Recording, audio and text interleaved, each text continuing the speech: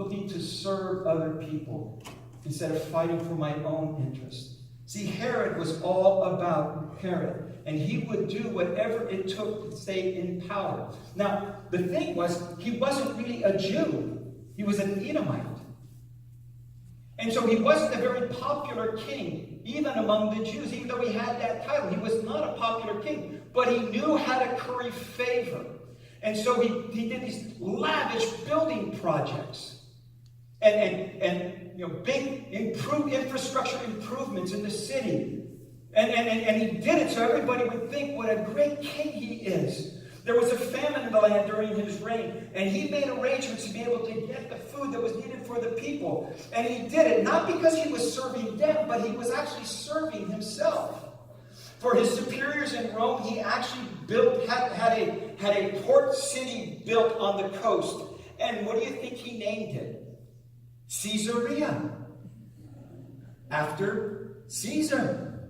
See, he knew how to play the game. He knew how to serve other people, but in serving other people, it was always really about serving himself. And that is not the servanthood of Jesus.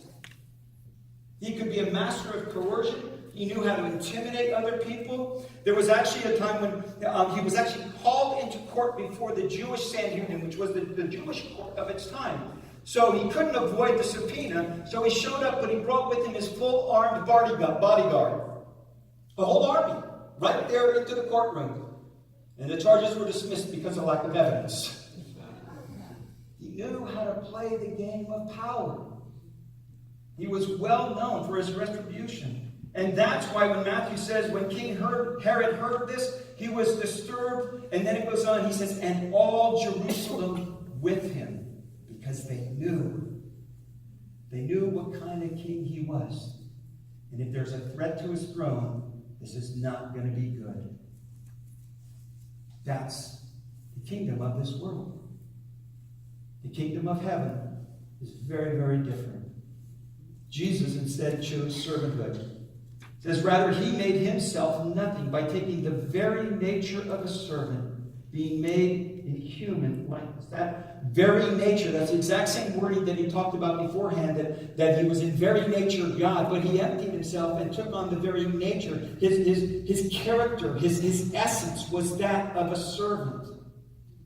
And he used his servanthood, not for himself, but for the benefit of other people. And that's what Paul is writing about when he says, each of you should look not only to your own interest, but also to the interests of others. That servanthood is about leveraging your power and your influence for the benefit of somebody else. And everybody in this room has a certain level of power. You might be a parent. You might be a supervisor at work. You might be a teacher or a principal. But every one of us in this room have a little bit of power.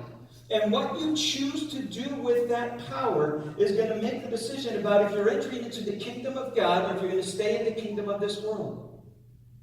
What do you do with the influence or the power, opportunities that you have? And I'd like you to think about the people that have had the greatest influence and impression on your